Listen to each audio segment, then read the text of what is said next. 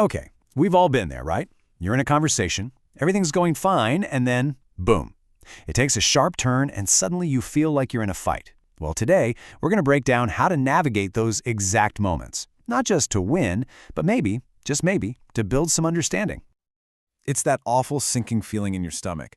One minute you're sharing ideas, the next it feels like it's all about scoring points. It stops being a discussion and, it just turns into conversational combat. So to really get a handle on these dynamics, we're going to look at a pretty heated discussion between Piers Morgan and Andrew Tate. And listen, to be totally clear, this isn't about them. We're not picking sides. This is a completely neutral look at the tactics at play so you can spot them and know exactly how to respond. So how do you actually defend yourself? Well, the first, and honestly the most important step, is learning to spot the exact moment a conversation flips into combat mode. Sometimes it's subtle, but trust me, once you see these signs, you can't unsee them. Things like cutting you off or shouting, that's pretty obvious. But look at the more sneaky signs. When someone starts arguing with you before they've even asked for your point of view, that's a huge red flag. It means they've already decided it's a fight. They're not there to understand you, they're just there to win. Okay, so once you realize you're in a fight, you've got to be aware of the traps they might set. And one of the most common, and frankly, one of the most effective, is designed to make you defend a position you don't even have. And this is the classic straw man fallacy. It's such a powerful trap because it works by twisting your position into something unrecognizable. They're not actually fighting you, they're fighting this distorted, weaker version of your argument that they just invented. And here's what that looks like in the real world. A really simple, straightforward statement about being polite gets twisted into this extreme, absurd position. Did you see that little jump? It goes from showing respect to having respect. That tiny change in wording forces a person to defend a crazy idea they never even said. So what's the move? How do you defend against that? It's actually super simple, but you have to be paying attention. Don't argue with a straw man. Don't take the bait.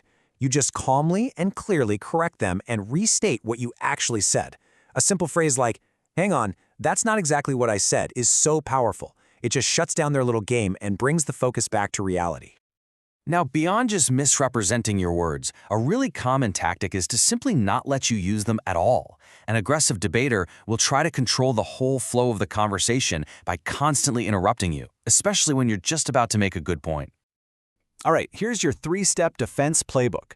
First, acknowledge their point with a quick, "Understood." This actually makes them feel heard, and it can totally disarm the interruption. If that doesn't work, you preempt.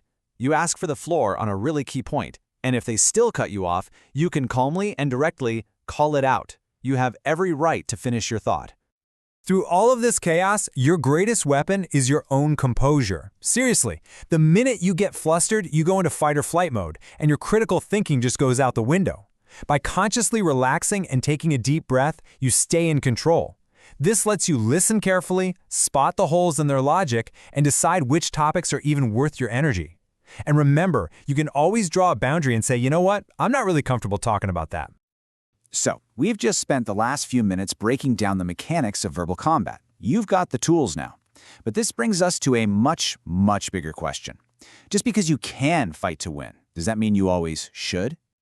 And this is where we're going to pivot, because there is a whole other way to approach these difficult conversations. It's one that shifts the entire goal away from victory and towards something way more meaningful.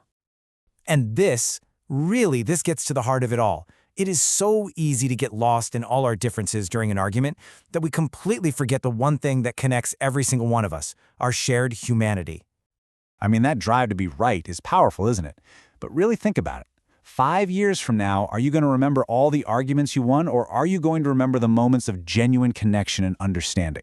The first one builds up your ego, but the second one, that builds relationships. So this all presents us with a very conscious choice in every single conversation we have. We can choose to engage in combat, or we can choose to build a connection. They're both skills, for sure, but they lead to vastly different places. Building a bridge requires a totally different toolkit. Your goal isn't to spot logical fallacies, it's to find some common ground. You stop defending and you start trying to understand where they're coming from. And maybe most importantly, you give yourself permission to be wrong. That's not failure. That's the entire point of a real, meaningful conversation. It really just comes down to two completely different mindsets, doesn't it?